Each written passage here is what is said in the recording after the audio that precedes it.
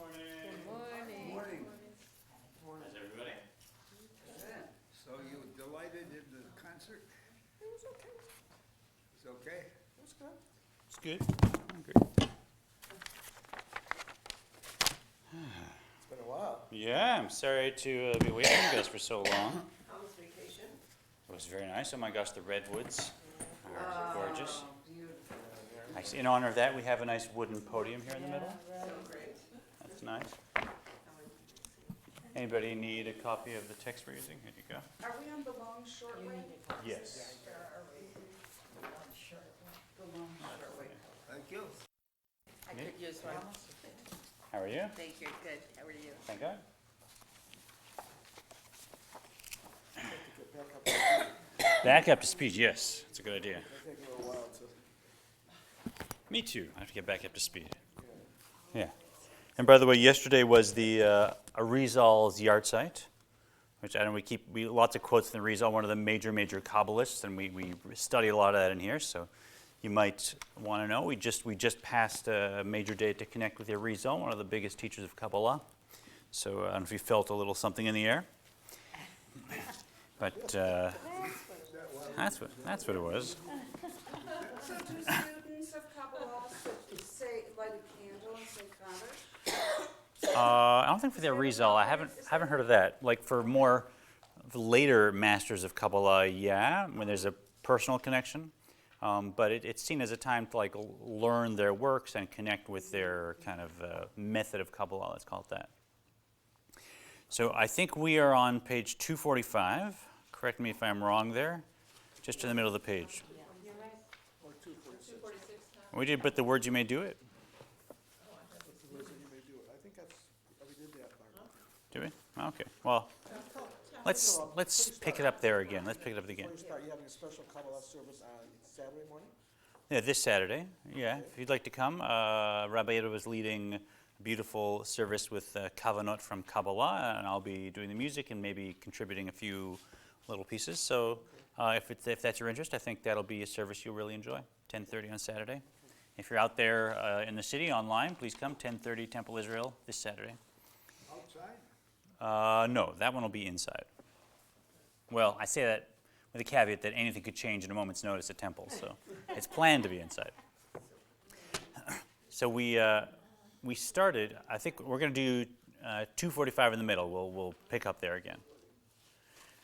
So we started the first 8 chapters of the Tanya, looking at the structure of the soul, because if we want to learn how to use our soul more masterfully, we want to understand its workings, and we learned about the 2 souls, the animal soul and the godly soul, their components inside, the 10 attributes that correspond to the 10 sefirot, and we also learned about their garments, thought, speech, and action, and all kinds of information that we're using now to learn how to interact with the souls. Then chapters 9, in chapter 9 we looked at the struggle between the 2 souls, and so we understand that the divine soul primarily is intellectual and reaches into the right side of the heart. The animal soul is primarily emotional and lives in the left side of the heart from the blood, and the 2 are at odds with each other and always trying to control my thought, speech, and action. So it's like a battle between 2 kings trying to control a city, which is me, my body, my faculties. And then chapter 10, we looked at the tzaddik and a deeper definition of tzaddik. Chapter 11, we looked at the rasha and a more thorough definition of the rasha. And then 12, 13, 14, and 15, we learned about the Beinoni, who is the hero of our book. And we remember the Beinoni is one who, on the outside, looks exactly like a tzaddik. So in terms of thought and speech and action, a Beinoni and a tzaddik side by side, if you looked at them and observed them for 20 years, you'd see no difference. They both are relentlessly, unwaveringly committed to being other-centered, doing the right thing in every thought, speech, and action. So you could easily mistake one for the other. But the Beinoni is actually always struggling inside. And by inside, I don't mean in their thoughts, I mean in their impulses that come up from their heart to try and jump into their mind, to distract them. Right? So the Beinoni is always having to push that away through various methods, by the mind controlling the heart primarily. And so even in their thought, in their directed conscious thought, they are the same as the tzaddik all the time. It's a heroic, tremendous act of will to reach the level of a Beinoni. And lots of other great details in there. So 9, 10, 12, 13, 14, 15. Now, 16 and 17, we're finally looking at the first of our two meditative techniques, right, which we're calling the long, short way. The long, short way, because it does take more application. It is longer to put into place. It does take sitting, meditating, working on myself. But it's short in that when it gets you there, it gets you there. Because the benefits of the long, short way are now permanently mine to call upon when I need. And because it actually is pretty well guaranteed, if I apply it, to achieve what meditation is about in Judaism. Is there a different way? There's a short, long way. Yeah, that's chapters 18 and on, and then there's other sections of meditations. So there's two main paths that we're learning, the long, short way, which is kind of the primary path, and the short, long way, which we'll get to starting chapter 18. And the main difference, if you've explored meditation, anyone here or online, if you've explored meditation from an Eastern perspective, be it yoga or transcendental or Zen, when we meditate in Judaism, we meditate only in service of the world around us. So in Judaism, we're meditating only in service of the world around us.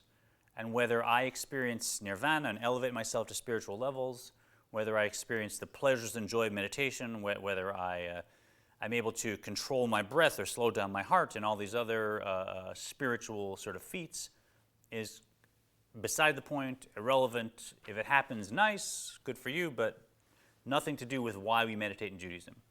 In Judaism, we meditate. Which?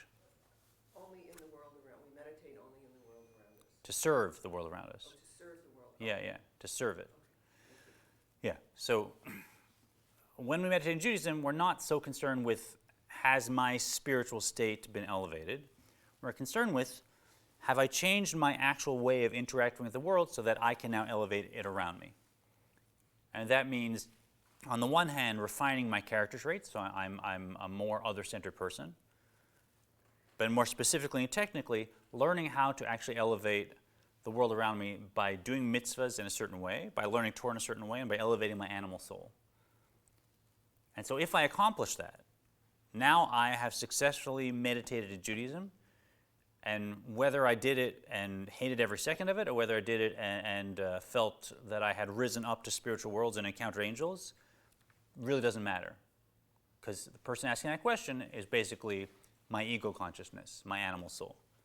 Right? My animal soul wants to get on that meditation train and wants to use it for its own purposes and wants to expand my ego because now I'm meditating and I'm helping everyone and I'm becoming spiritual.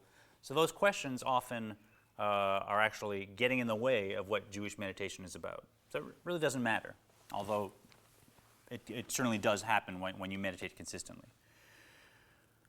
And then the technique that we're using is essentially creating what we call tvuna emotions by using our mind to control our heart. So we explored this quite a bit last class. It was a while ago. In general, the long short way is meditating by directing my mind to focus on some godly concept. Like we'll meditate today on the meditation we're using, which is Se'u Marom Enechem, lift up your eyes, as an acronym of the Shema, that we are meant to lift up our eyes and see the world from a state of oneness. Now, how much I can focus on that unwaveringly, how much I understand the details of it, how much it can expand in beauty and life and color within my mind, that determines how effectively I will meditate. But the technique is learning to focus my mind on that one concept, and you can replace that concept with any other of the concepts that you'll encounter here or in Judaism. The ability to focus my mind on that concept and let that concept fill my mind like a cup of wine being filled to the brim with wine, so there's no room for anything else. That's the essence of the long, short way. Because when we focus our mind on something and allow it to fill the mind, now we automatically generate emotions. Now, sometimes they are palpable, fiery emotions, love and awe that send us into the world laughing and smiling and ready with all the energy we need to elevate everything around us. Sometimes not. For various reasons we've looked at, sometimes they're very, very subtle proto-emotions, which we call tvuna, which are really still part of the intellect. But here's the great thing. I can always control my mind. And even though I've created emotions that are just sort of reaching out of the intellect in a sense of having an emotional opinion about something that's not an emotion yet, an intellectual opinion that's not an emotion yet, that can still function as an emotion spiritually. It can drive me to act, to do things. And as we learn from Kabbalah, it can actually be the wings, the love and fear that allow the mitzvahs and Torah study that I'm encountering and engaging in to rise up and unite with the sefirot kabbalistically in all the various worlds. Not all, to the world of Bria. Right? So that's, normally we're living at the bottom of a Sia in the physical state.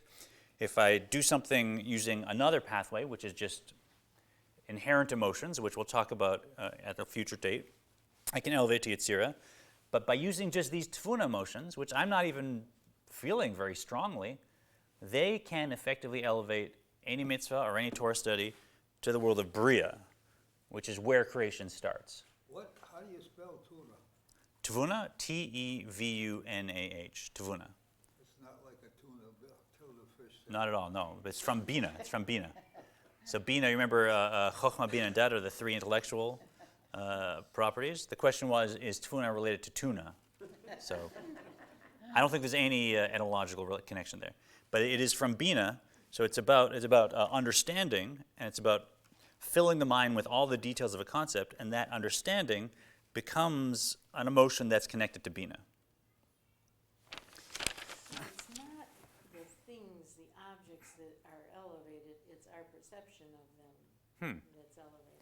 The question is, so it's not the objects themselves that are elevated, it's our perception of them that's elevated. I guess that's good enough.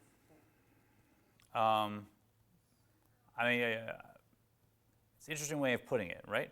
So I wouldn't say the object itself is elevated so much as the spark of the spiritual spark that is creating that object is elevated, right? So obviously I'm not actually like spiritually levitating things. We're not talking about that.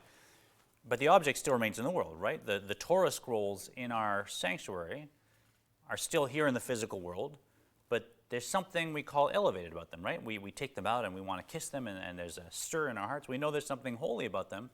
So the physical object has been elevated. And also, like you're saying, my perception of the object has been elevated. I look at it and I say, whoa, it's a Torah, stand up, right? So for all intents and purposes, it's elevated. Yeah, If that's but how we what perceive we're it. really doing is the spirit, the spark of godliness that's in that object, that is its life, that is returning back to its source, right? Now, how much I perceive, a holy person might see the sparks flying upward in some way, I don't know, right? Or how sensitive I am to that. Some people will come near a Torah and just be filled with such awe that you can see it from a mile away. How much I perceive it, that doesn't really change that it's been elevated. And how that affects the physical object, that's another conversation. But what we're really elevating is the soul of that physical object back up to its source. So I think it's kind of a third option there. Make sense? So that's the pathway, and I'd like us to keep practicing it, and I think it's really good for anyone to have, on the one hand, some kind of a morning practice of prayer, and then include within that a moment of meditation. And that can be a touchstone for the day, where throughout the day you can come back to it, and as we learn, we can recall our tvuna emotions to get us through any moment that may be triggering more masterfully.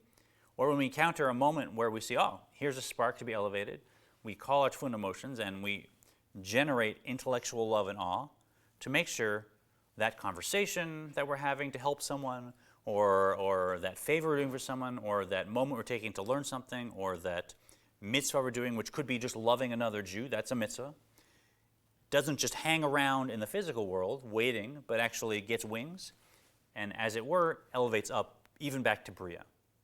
Right? So that's why we meditate, to serve the world around us. That kind of makes sense? You feel 100% back up to speed, you know exactly where we are? So we're on page 245.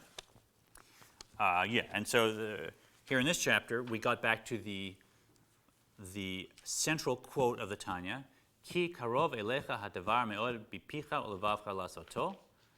Moses is saying to the people of Israel, this thing, this Torah, it's not over the ocean, it's not in heaven, it's very near to you, in your heart and your mouth to do it. Now, as I said, we waited 17 chapters to even mention this primary quote again. So all the conversation up to now is a lead up to this moment, and this is a big deal. So the Alter Rebbe stops and says, let's look at this. It's a thing that's near to you in your heart, very near to you, to fear God and to love God. I mean, don't our sages say it's no small matter to love God? And maybe if you're Moshe, you could say that, but for a normal person, it's no small matter. Didn't we just learn that only a tzaddik controls their heart? So maybe it's not even possible for some people to fear God, certainly at some times. How can we say the thing is very near to you? It's outrageous, right? So we're really looking at this with a laser focus, and the stakes are high because it seems like the whole quote on which we're basing this book now makes no sense. If only a tzaddik can control their heart, and I may never be able to do that, it may be impossible for me to love and fear God, let alone for it to be very near for me. What is this stuff we're talking about? And that's his point, is that we're talking about the tefuna emotions and the long short path. That although it's not near to me to have bursting, palpable emotions, it's very near to me to direct my mind to something. That I can do at any time, and anyone can. And when I direct my mind, I will create those tefuna emotions. And although they may not be revving me up in my heart, those are always accessible, anytime, any place, to elevate any action. So that's what we're talking about. And his proof is that the order of the words is not what you would expect, which we will get to in a moment. Okay. Ela de la sator rotze lamar hava hamevia lidei asiyat hamitzvot bilvad. Go ahead. But the words. But the words that you may do it refer to a love, which merely leads to the fulfillment of the commandments. Although strictly speaking, it is not an actual love. As we're saying, la soto does not refer in this case to the actual physical mitzvahs that require action, right? It's not saying in your heart, in your mouth, and then to do it as three separate categories, right? Which would be speech, thought, and action. Heart, mouth, and to do it. But to do it is a qualifier on how your heart, how it's near to you in your heart. It's near to you in your heart in a way that it causes action. So if I generate the tefuna, and then that leads to me doing a mitzvah or helping someone or whatever it might be, now it's in my heart to do it. So it's in my heart, pragmatically call it. Like it's pragmatically in my heart. It's leading to something. So if I see that I'm doing mitzvahs because I've meditated on something, I know that actually the tefuna emotions are flowing through my heart. And although I'm a bit coarse in that way, and it's not something that's moving me deeply, it still is in my heart to do it. And here's a nice quote from Steinsaltz on this line. This touches the essential nature of the Beinoni, as preceding chapters have described. The author draws a distinction that is central to the book between a state of being that entails inner changes in the heart's feelings and the actions that transpire in the realm of actual deed. The intention of the thing is very near to you in your mouth and in your heart that you may do it is not specifically to the first state, to the creation of intense emotions until you are ravished always with her love, which is a quote from something, I don't know where. And I'm sick with love. I don't see the footnote. Rather, this is a love that at the least leads to action. In this context, in your heart does not plumb the emotional profundity and intensity of revealed love, but it is no less love and no less in your heart. From Steinsaltz. It's like we said, it's not flashy, it's not fiery, but it's no less love, it's no less in our heart, and it can no less elevate everything around us. That's the tefuna emotions, yeah. And let's go on 246. Shehi. Oh, is this where he did the? Yeah. So here's where the editor back on 245 looks at the order of the words, And as we know, the Alter Rebbe is very specific about every word, every comma, every vav. And so when we look at the order of the words,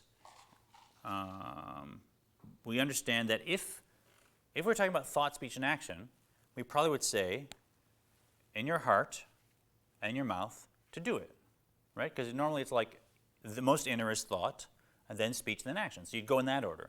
Or maybe the opposite, right? To do it in your mouth and in your heart. I'd go from the outside inside. But here, the order is very strange. In your mouth and in your heart to do it. First speech, which is the middle garment. Then in your heart, which is, call it thought now. And then to do it is action. So it's like, it's a nonsensical order. It's not the obvious order either from the in out or from the out in. Do you see what I mean? So the Alter Rebbe is saying the reason it was put so out of order like that by Moshe is because Moshe was not saying thought, speech, and action. Moshe was saying speech and thought to do it. And the to do it is not referring to, it also is in the plain sense referring to physical mitzvot, obviously. But the switch of the order is there to tell us that to do it is also a qualifier on how your heart is flowing, right? How it is very near to you in your heart in this case, which is near to you to do it. I'm seeing some puzzled faces. Are you puzzled at home? Does that make sense? It's parenthetical, but it's interesting because he uses that as a proof to show why this is really central to this statement, right? Because otherwise you would say, thought, speech, and action. You'd say, I would say, in your brain, your mouth, and in your hands, right? I'd start with thought, speech, and action. That's what we always do. Or, in your hands, and in your mouth, and in your heart, and in your brain, right? And you go the other way. The fact that he specifically put them in a weird order always raises our eyebrow, and this is the meaning the Alter Rebbe is finding in it. That he's talking about this pathway. That sometimes it's in your heart, awake, alive, and ready. Sometimes it's just in your heart to do it. It's a pragmatic emotion that's there, ready to cause action, but it's not burning your heart open, right? When you have a thought, you don't have to speak in order to have the action. That's true. Sometimes the statement was when you have a thought, you don't have to speak to have an action. Sometimes you can just think about something and go ahead and do it.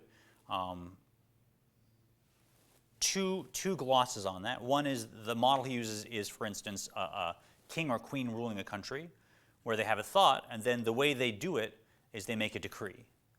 Right? So a king that rules a country always uses speech or even writing to send out their wishes, their will, and then it happens far away across the country.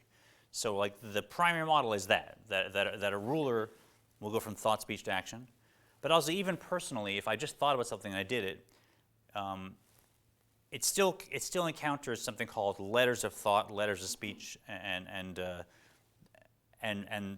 going from intellect to thought passes through a stage called letters of speech, even if it's not something I actually physically spoke about, right? So I get what you're saying, but speech is always kind of like when you're thinking, you kind of put it into words in your thought, and that speech of thought, and then it moves through a stage called letters of speech, and only then do I actually go into action, and everything's kind of inter-included. What are letters of speech? Letters is used in Kabbalah or in Hasidus to mean expressions. So anything that expresses itself does so in letters. So that's when God speaks to create the world, that, as we learned in Sharich V'Emunah, that divine speech actually flows through a state of letters, which then transpose onto each other and create physical world. And also our mind is a model of that. So when we think, we can think, let me put it this way. You can have a thought where you're not speaking to yourself in your mind, right? Like something can occur to me and I could just have that thought like, oh, it's a gorgeous day, but I didn't say it, right? Or I could say in my mind, what a gorgeous day. And there's that little voice I hear in my mind. So in thought, there's thought of thought, and then there's letters of thought, or speech in thought, right? So you can think while you're actually speaking in your mind, or you can think without it. So that's an example of how letters come into play. When intellect wants to express in thought, it can do it with just thought, or it can do it with letters of thought, so to speak. And the thought flows into letters. Letters like this. Like this, or if you think in English, there'd be English letters. Yeah, but so letters is a term to mean expressions. And then we have letters of thought, we have letters of speech, and we don't really go into it so much here, but it's a whole other complex study. Sorry, we are. This means. So how does that relate Oh. to we will do and we will say? So, we'll do and we'll say is more a commitment of. Nasa banishma. It's more a commitment of will before intellect. That will is above intellect. Right? So we're saying we have this super rational connection to God, and that's what we start with. Yes, we're going to do it. What are you going to do? We don't even know. But we love this God that we're encountering, and we'll do anything. Right? Now tell me what it is. So that's more considered an expression of keter and ratzon and tainug, and how they are super conscious and they're above intellect. And then intellect comes in afterwards and says, yeah, now we'll do it.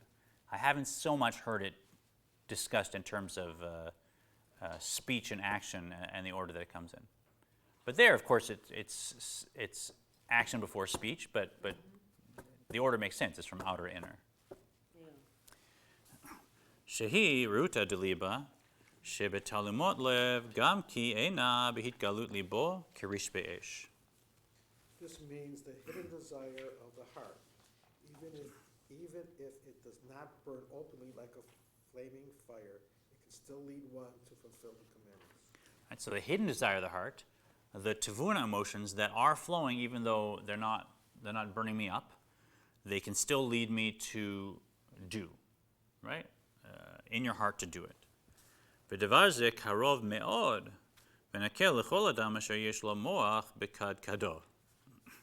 This matter of arousing a love which remains hidden in the heart is very easy and very near to every man who has a brain in his head. Right, and the flippancy of the English reflects well sheyesh lo moach bekad kado. Kadkod is a skull. So he's basically saying you don't have to be a big Talmud Chacham, you don't have to be an Edele, like a very refined person, you don't have to be like a person of standing. If you have a skull and there's a brain in it, then you can do this. That's he's saying just absolutely everybody. You know, if you, God forbid, you don't have like an injury and you've lost your faculties, if you're just a healthy human being born with a skull with a brain in it, you can do this. Why?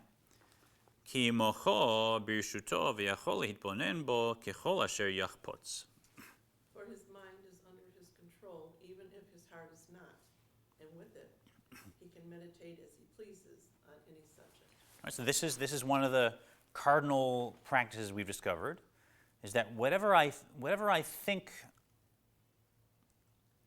however much I think my mind has a mind of its own, it's actually always under my control. It's always under my control. And if I've decided to spend a half an hour mulling over what someone said to me, I've made that choice, and I've created those emotions due to that choice. And if I decide to focus on some inappropriate relationship and daydream about that, I've made a choice. And I can't say, well, I couldn't help myself. It knocked on the door of my mind, and I opened the door. It's always me opening the door, and I could have kept the door shut and let it knock another 10 times or 20 or 50 or 100. I don't have to open that door. If I consciously think about something, it's because I've chosen. And on the positive side, it means I can direct my mind to anything I want. I'm just sitting in a room with this mind, and I have total free choice. Say, mind, focus on this, mind, focus on that, enter. No one's compelling me. And there's this whole world of imagination and thought, and I'm just sitting in a chair, directing my mind at every moment on what it should focus on. And this is kind of productive. Okay, delete, focus on something else. It's as simple as that, right? Just we're all sitting here, and our free will has complete choice over what we direct our mind at every moment, down to the microsecond. Well, once it enters our mind, maybe a microsecond, maybe a half a second, okay? And that's a beautiful freedom to know that if I want to generate emotions at any point, in any situation, I can stop, come back to my easy chair, open up the computer, say, oh, delete that, that's not working right now, new focus, and the mind is actually completely under my control. It's not like the heart. I think, isn't that a lot easier to say than actually do? Because there's so many outside influences on your mind at all times. Yeah, it's easier to say than to do. That's a true statement. But it's always possible to do. Oh, it's possible. Yeah. Sometimes. Yeah. So it's not easy to take my vitamins, but nothing's stopping me. right? So yeah, it's harder sometimes because I really want to focus on that thing, but it's always possible. I can always do it, right? So no one's saying it is. Well, he's saying it's very easy, but He's saying it's easy, Yeah. and I'm saying if you, in a situation that you're focusing on something, and Yeah. you just can't say, I'm turning that off right now, because you have to focus. yeah. So he says it's easy. It's easy in the quote, but what he says here is his mind is under his control, and with it he can meditate as he pleases on any subject, right? So he can, right? We understand that someone who's obsessed with gambling, it's going to be very hard for them to not open that door. It's going to take a lot of repetition and a lot of willpower. But anytime I think, oh, I want to go to the casino, I can just say, I'm gonna redirect my mind to something else. And at every time that happens, I can do that. There actually, nobody can't. Let's put it that way. Right. It's just not easy. I'll leave it there. We have the ability to do it. We have to go, We have to right, remind ourselves that we have that ability. Yeah, and it's a capacity that can be strengthened. So the more you do it, the easier it becomes. So it's just like meditation, not that I do it very well, but the more you practice it, the easier it gets. And it's really hard. Yeah, Danelle, are the class comments getting picked up at all? Because you don't have the mic in the middle there. The thing that holds it broke, so. Oh, okay. That's what happened. Yeah, so the comment was it's like meditation. Essentially, the more you do it, the more fluent you become in it. So. וכשהתבונן בו בגלולת אינסוף ברוך הוא, ממילא יוליד במוחו על כל פנים אהבה להשם לדווקא בו בקיום מצוותיו ותורתו. If then he will contemplate with it on the greatness of the Almighty, he will inevitably generate, in his mind at least, a love of God, to cleave to him through the performance of his commandments and the study of his Torah. All right, so if you're at home, we're on page 246. 246, just on the 1, 2, 3, 4th paragraph. If you then contemplate with it on the greatness of the Almighty, he will inevitably generate, in his mind at least, a love of God to cleave to him through the performance of his commandments and the study of his Torah. So we discussed before, we have all this stuff that we know, right? But we just don't think about it. We have all this stuff that we know, we just don't spend time thinking about it. I know everything I need to know to be a great person, to improve myself, to help the world around me. I know all that stuff. How much time do I spend thinking about it so that I generate emotions?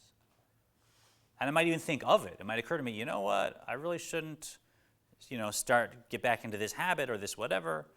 And I might think of it, but do I dismiss that from my mind, or do I focus on that and fill my mind to generate emotions? So that's what this is.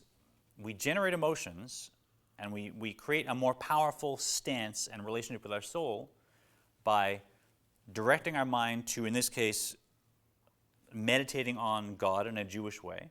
Well, doesn't it depend on what you're doing at that time, since you have this reservoir of knowledge that you can reach back and use? Yeah. So you decide on what part of that stuff you need in order to continue on with what you're doing. Absolutely. The statement is, doesn't it depend on what the situation is, because you have a reservoir of things you know, and which one is most useful? 100%. So, and there's a wealth of meditations you could pick in Judaism. For instance, Maimonides teaches that it's like idol worship to get angry at someone. Right? So if I'm in a situation where I feel my pulse is rising, I'm getting angry, maybe the meditation I should pick now is, remember Maimonides' teaching, and picture myself now, standing in front of an idol and bowing down, doing all kinds of embarrassing practices for me. And is that really what I want to do? Do I want to do something exactly like that? And focus on that, right? And even more graphic if I need, use my imagination, until I feel embarrassed to let myself just raise my voice or express anger, because I know what it is, right? So instead of focusing now on that son of a gun, what they said to me, and I'm going to tell them, delete, right? Go back, find, like you said, find the right file. Okay, Maimonides, anger's like idol worship. Run, and now get the graphics going. Okay, what is exactly, what kind of idol worship is it? How embarrassing is it? People are laughing at me, gonna have to do tshuva. And if I fill it with details, for me, that's gonna help redirect my emotions at that time and create new tefuna emotions that will at least interrupt my animal soul's drive. But another situation might call for another focus, and you can pull up that file. Absolutely. Is that the point you're making? Yeah. So in this case, we contemplate the Ein Sof. We contemplate the letters of the Shema. What time is it? Oh, good. Could have been 11. I never knew. V'zeh kol ha'adam. So here's one of the, like, sit yourself back, because now he's saying that's all of humanity. That's the whole point of our existence, right? So I like these moments where he starts a sentence saying, this is the point of life in the universe. V'zeh kol adam ki hayom lasotam, k'tiv shehayom hu olam b'maseh davka. And go ahead, this. This Torah study in fulfilling the mitzvot constitutes the whole purpose of man, for it is written, I command you these mitzvot, that you do them this day referring specifically to the world of physical action. Right, and go on the Alter Rebbe's point. The Alter Rebbe's point is that the main objective in the commandment to love God lies not in the love itself, but in the particular and wholehearted fulfillment of the commandments that is motivated by his love. For the main thing in this world is action. And so there's a lot of background to this one statement. One of it is about what this day means and what tomorrow means. This day and tomorrow. So reading, we might think now versus in the future. And in some sense, it always means that, right? Do the commandments this day, and don't put it off. If I want to learn Torah, come learn it now. Don't wait till next year, right?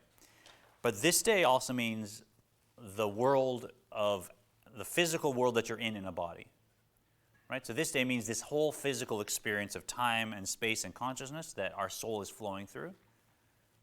Compared to tomorrow, which is after I'm done, God willing, in many decades, after I'm done in this body, now I rise back up to the level of a soul outside of a body, and there I see very, very plainly and powerfully all the good that I did and all the counterproductive that I did. And I see all the beauty of the godliness that I encountered. I see all the majesty of the sparks that I elevated, and I am deeply embarrassed about the times when I missed the opportunity or maybe even degraded something. But the point is, you can really appreciate love and awe and holiness as a soul. The thing is an incredibly multidimensional, powerful experience, but that's for tomorrow, right? The point of today is not to experience that love. It's good to experience the love and awe, but if you don't, that wasn't the whole point of a soul coming to a body. The point was to do the mitzvahs, because this is the world of action. So that feeds back into why we're doing this. We're not doing it necessarily to generate palpable love and awe. We're doing it maybe just to create tevuna love and awe that will lead us to do it, because the whole point of being in a body is to go around and elevate the world.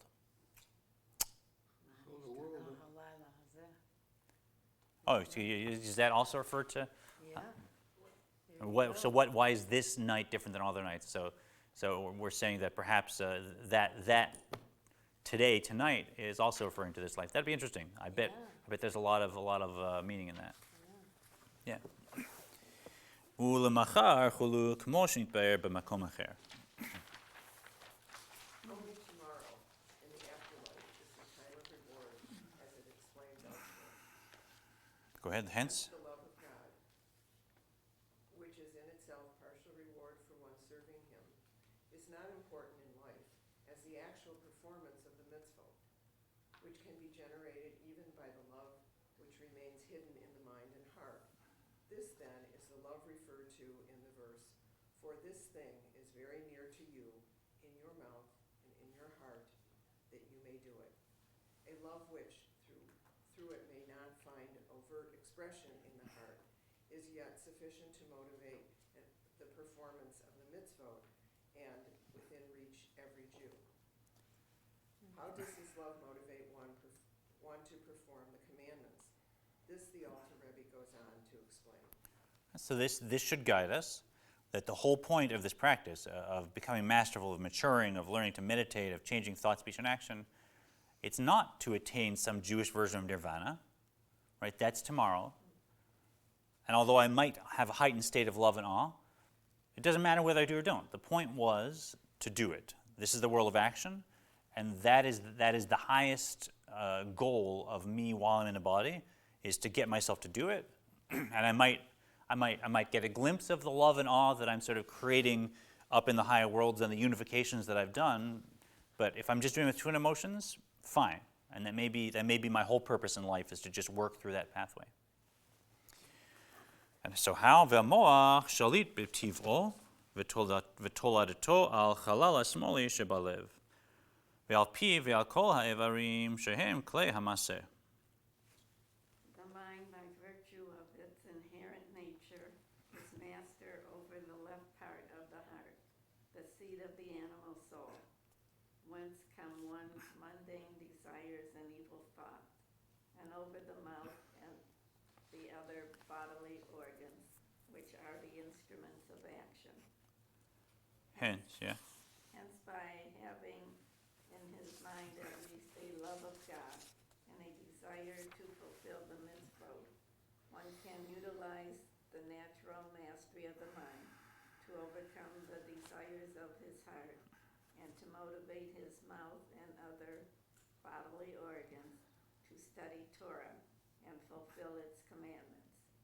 We thus see that this can be done even by one whose heart is not under his control, as is a sadist. So we see that we can direct our mind anytime. We're capable of that.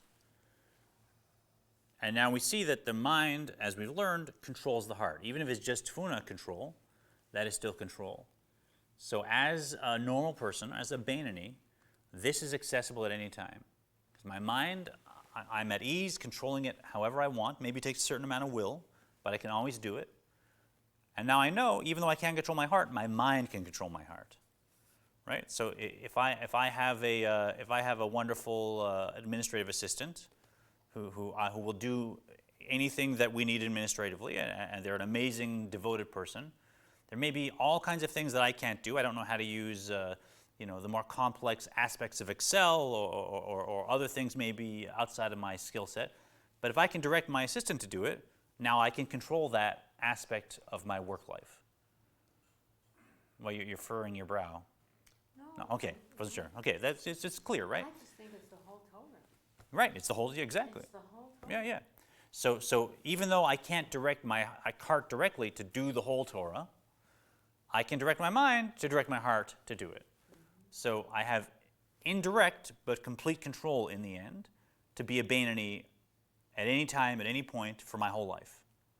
All I have to do is assert the control I have in my mind and recognize that that mind now can actually direct the heart for anything. And that's a pathway that you can strengthen and strengthen, as we said. So meditating and prayer creates a more live path, like the brain fires up and creates the nervous system that reaches down and directs the heart more powerfully.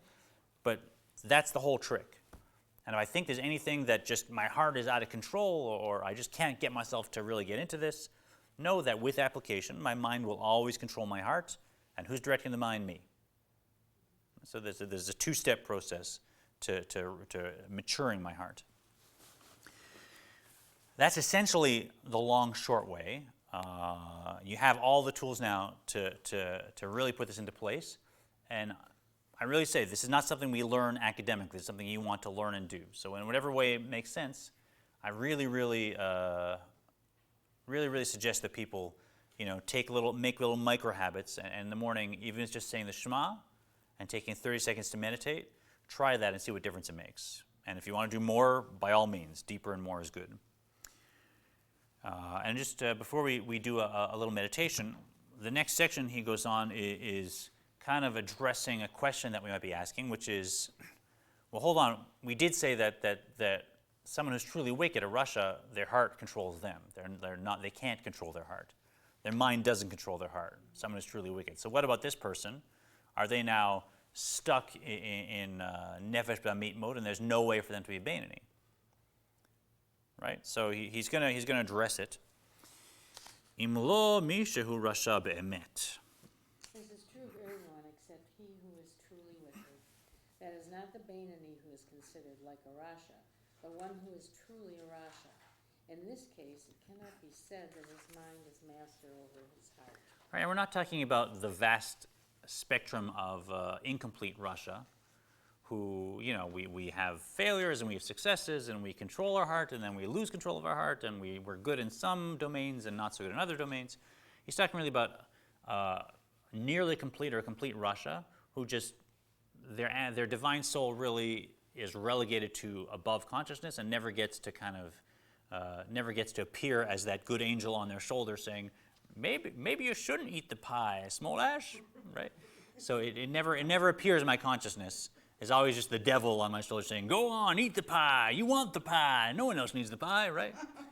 What show am I thinking of? There was a show that's like an old Western or something. What show? Is it like, no?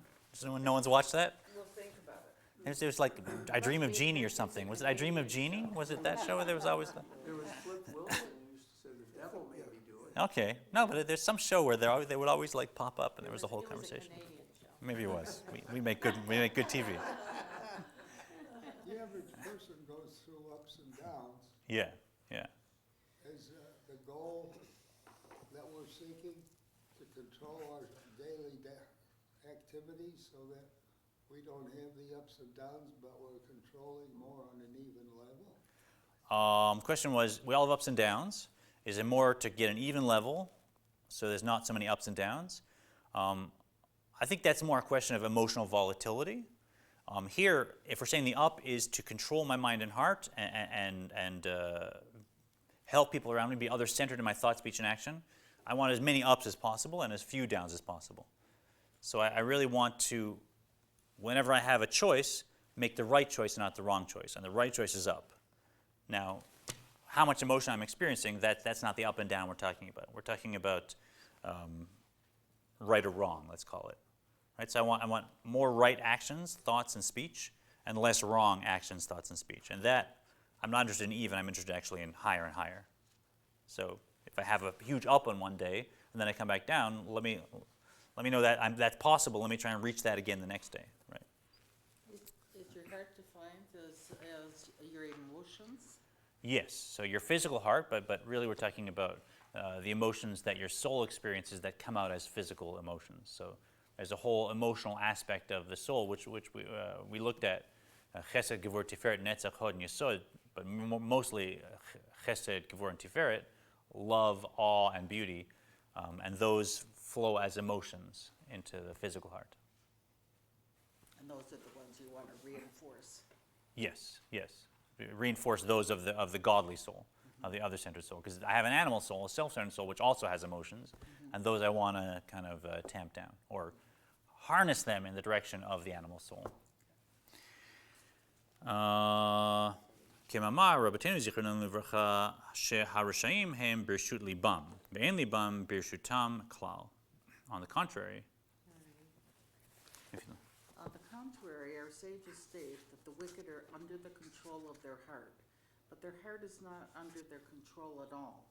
They are unable to master the desires of their heart, for their mind has no active control over it. You want me to go on? and we're going to skip this paragraph. I know if we go on a few lines, we're going to end on a downer. I don't want to end on a downer. Do you guys... Let's meditate and we'll chew the fat a little bit, because anyway, I want to get through the next section all in one piece. I don't want to stop. I don't want to stop anywhere on the next page. So we're going to start up here at the bottom of 248. And let's take a moment to practice our long, short way. Good. So if you're with us online now or in the future, just find yourself in a comfortable position. And you can close your eyes if you like.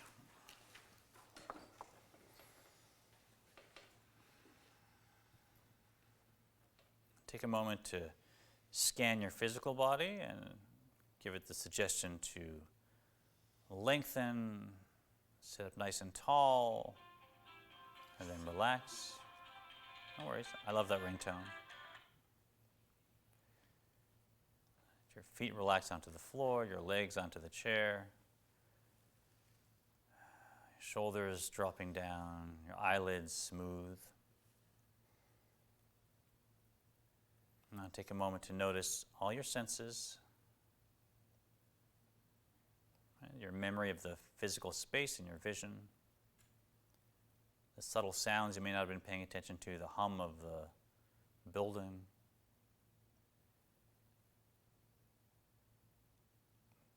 your hands touching the fabric of your clothing and the weight of yourself on the chair, and even smells in the room or tastes that linger in your mouth. Let's bring our breath to a longer, smoother, relaxed state.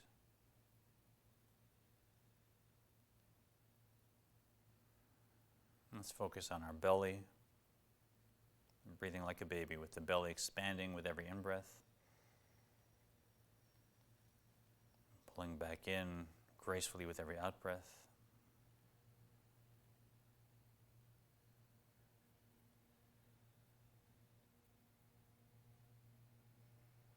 As we notice the four aspects of the breath, there's an in-breath, a pause, and the out-breath begins, and then a pause. These four stages of breath, allow them to even out, so each one takes about 4 counts. So breathing in with me, 1, 2, 3, 4. It remains in for 1, 2, 3, 4. Breathing out gently, 2, 3, 4, and holding that, 2, 3. Continue that for 1, and holding there, and out, and holding there. Do a few cycles of this on your own.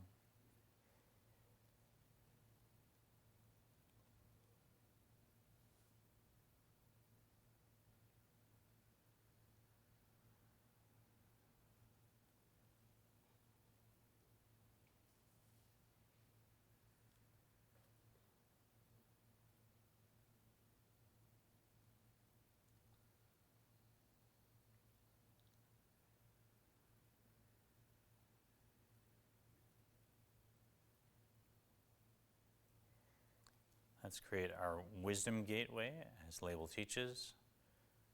So the in-breath, the end of the in-breath has a space after it that ends with the beginning of the out-breath. And that space between the end of the in-breath and the beginning of the out-breath, that is our wisdom gateway. Just let that open up.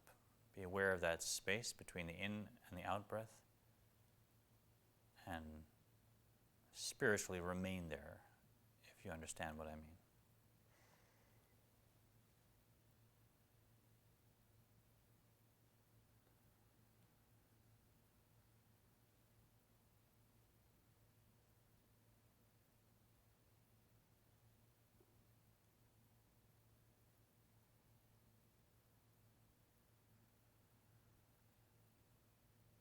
Beautiful.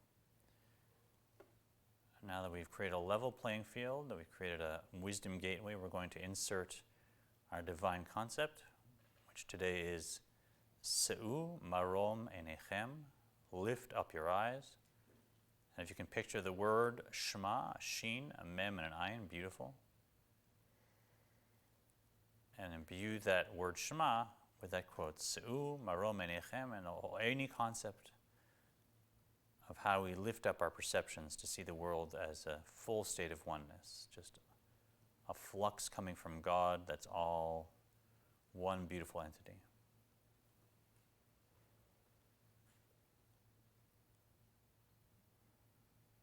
Let the words fill your wisdom gateway, perhaps expand them 2 or 3-fold. Let them move or shimmer, add color, add sound. See how much you can fill your mind with that divine concept, Se'u marom enechem.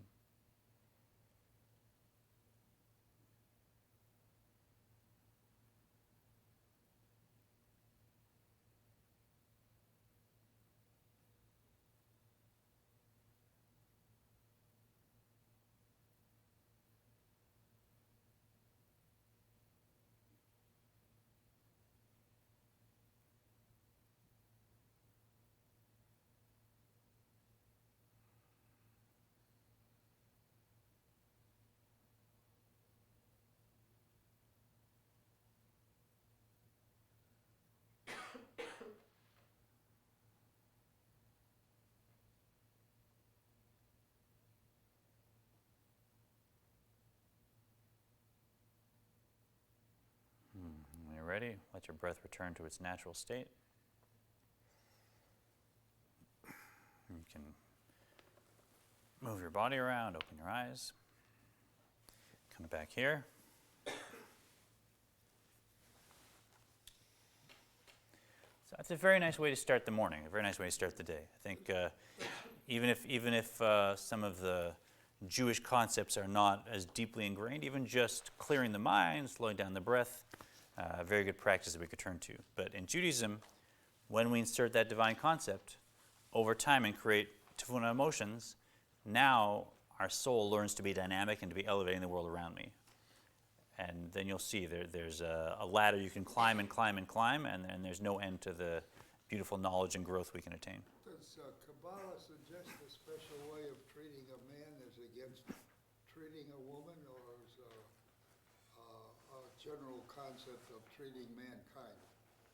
Yeah, when we use the language man, the question is, does Kabbalah distinguish between man and woman and how they're to be treated? And so usually when Kabbalah uses the word man, it's talking about all of humanity. Certainly halachically, traditional Judaism sees differences in the obligations of men and women, so we don't want to skirt that. That's true. But really every person, everything in creation is considered as having infinite value and is irreplaceable. So certainly any human, be it man or woman, is seen as being an infinitely valuable being.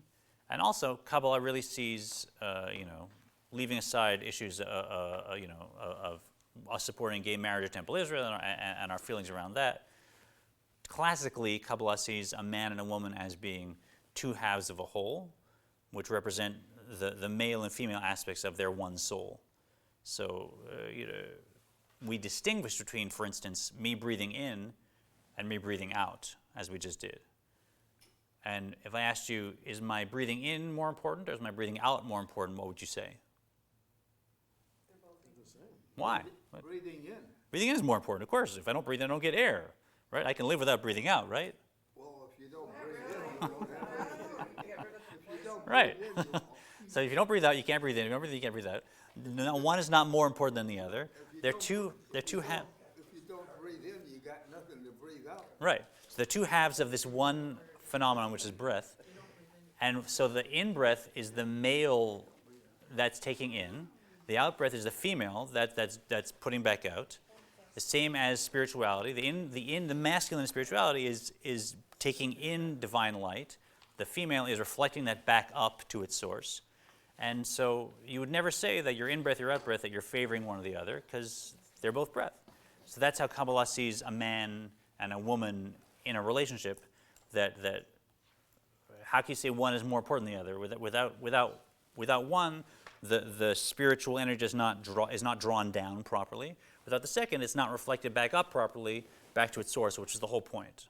So Kabbalah distinguishes between the masculine and the feminine, but I really don't believe it says one is more important than the other. Thanks, everybody. Good to be back. It's nice to be learning. And any questions, hang around. I'll be here for a bit. Class next week. Is there yes or no? No class next week.